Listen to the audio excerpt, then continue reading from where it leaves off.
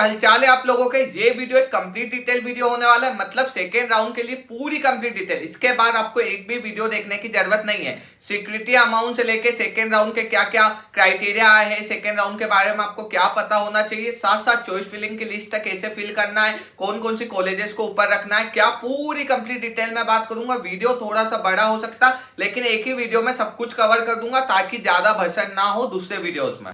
तो सबसे पहले बात कर लेते हैं बच्चों सिक्योरिटी डिपॉजिट का कि कितने अमाउंट हमें डिपॉजिट करना रहता है। तो देखो सबसे सिंपल बात है, बहुत सिंपल लैंग्वेज में समझाऊंगा कि गवर्नमेंट कॉलेजेस के लिए जो अमाउंट आपको पे करना है बच्चों वो कितना है, 10,000 रुपये। और ओबीसी एससी कैटेगरी वालों को 5,000 रुपये पे करना है अगर आपको गवर्नमेंट कॉलेज फिल करना है। लेकिन अगर आपको राउंड 1 में ऑलरेडी गवर्नमेंट कॉलेज मिल चुकी तो आपको 14,000 आप ऑलरेडी पे कर चुके हो एज अ क्वेश्चन मनी, और प्राइवेट कॉलेज में 25,000 पे कर चुके हो, इसलिए आपको नो एडिशनल पेमेंट लगेगा। अब बात कर लेते हैं कि प्राइवेट कॉलेज में भैया कितने लगेगा। तो प्राइवेट कॉलेज में देखो एक सिंपल वे में, और जनरल ओबीसी एससी को 1 लाख लगेंगे, बाकी एसटी कैटेगरी को कुछ भी अमाउंट नहीं लगेगा, बस पोर्टल चार्ज लगेगा 100 रुपए। इसके बाद अगर आप राउंड 1 में आपको सीट अलॉट हुई थी तो आपने 25,000 रुपए भर दिए थे, तो आपको कितने भरना है, 75 मतलब 1000 रुपीज भरना पड़ेंगे अगर आपको फर्स्ट राउंड में कॉलेज अलॉट हो गई है। तो इंपॉर्टेंट नोट, कौन कौन सी बातें आपको पता होना चाहिए। तो पहली बात तो है कि ये अमाउंट कब लगेगा, जब आप चॉइस फिलिंग करोगे।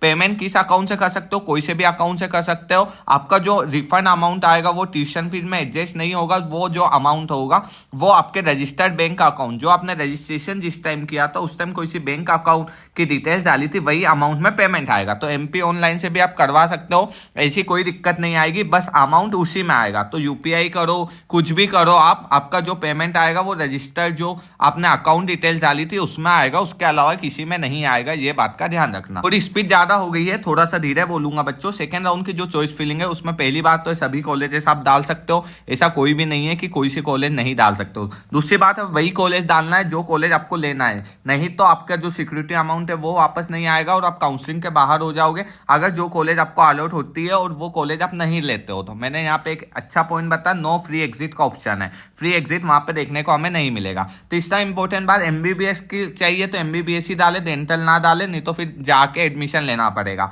जो चौथी बात है कि already got a college in first round, तो फर्स्ट राउंड वाली कॉलेज में आपको अपेयर नहीं होना है। और एक बात का ध्यान रखिए, ये चौथी पॉइंट में मैंने ये बताया बच्चों कि अपन को हायर रैंक पे डालना है। जैसे कि आपको इस राउंड में मान लेते हैं कि एलन सिटी इंदौर मिली थी, या एलन सिटी, हाँ ये इंदौर है बच्चों, ये करेक्शन कर लेना। तो एलन सिटी इंदौर मिली थी तो आपको ऊपर की कॉलेजेस डालनी है, नीचे की नहीं डालनी है। नीचे की डालोगे तो मिल जाएगी और खराब कॉलेज मिल जाएगी, ये बात का ध्यान रखना बहुत इंपॉर्टेंट है। पांचवी बात है, फर्स्ट राउंड में आपने चॉइस फिलिंग की थी नहीं की, जो भी की, सेकेंड राउंड में आपको फ्रेश चॉइस फिलिंग करना पड़ेगी। कॉलेज मिली ना मिली कोई मतलब नहीं है, ये बात का बहुत अच्छे से ध्यान रखना, ठीक है। अब अपन प्राइवेट कॉलेजेस की चॉइस फिलिंग की लिस्ट की बात कर लेते हैं। तो देखो मैंने इनको समझाया नहीं है कि किस बेसिस पे रैंकिंग रखी है, लेकिन नॉर्मली जो रैंकिंग रखी रहती है लास्ट ईयर के 5 साल के कट ऑफ के बेसिस पे रखी रहती है। कौन सी कॉलेज कब स्टेब्लिश हुई थी, मतलब कब बनी थी, और मतलब एमबीबीएस के लिए उसे कब अप्रूवल मिला, तो उसके बेस पे, और अभी क्या रैंकिंग में आती है कॉलेज, उस बेसिस पे यहाँ पे बनाया। तो ठीक है, तो ये आप रामकृष्ण और सुख सागर में कुछ चेंजेस करना चाहे तो कर सकते हैं। मैंने लास्ट एक और वीडियो में बहुत अच्छे से एक्सप्लेन किया था। ये वीडियो में सिर्फ न्यू कॉलेजेस को समझा है कि Mansarovar medical college new college है, इसलिए हमने उसे लास्ट में रखा है। अब बहुत सारे बच्चे बोलेंगे कि भैया इसको ऊपर नहीं रख सकते क्या, तो रख सकते हैं। मैंने कंपेरिजन भी कर लिया है, एक जस्ट वेट अ मोमेंट, मैंने कंपेरिजन किया है कि श्री सत्य मेडिकल कॉलेज पुराना है इसलिए हमने उसे ऊपर रखा है। बाकी अगर मानसरोवर की बात करें तो ये बेटर मेडिकल इकोसिस्टम है, यहाँ पे MBBS, BDS, BMS, nursing, paramedical सब देखने को मिल जाएगा। लेकिन श्री सत्य साई में इसके साथ साथ मेडिकल कोर्सेज आपको देखने को नहीं मिलेंगे। तो आपको लगता है कि मानसरोवर ऊपर रखना चाहिए तो आप आपके प्रेफरेंस पे जा सकते हो। अब प्राइवेट कॉलेज की बात कर लेते हैं कि भैया गवर्नमेंट कॉलेज में हम क्या भरे। तो सबसे पहले तो गवर्नमेंट आएगी, उसके बाद प्राइवेट आएगी। अब गवर्नमेंट कॉलेजेस की बात करें तो यही लिस्ट आएगी बच्चों।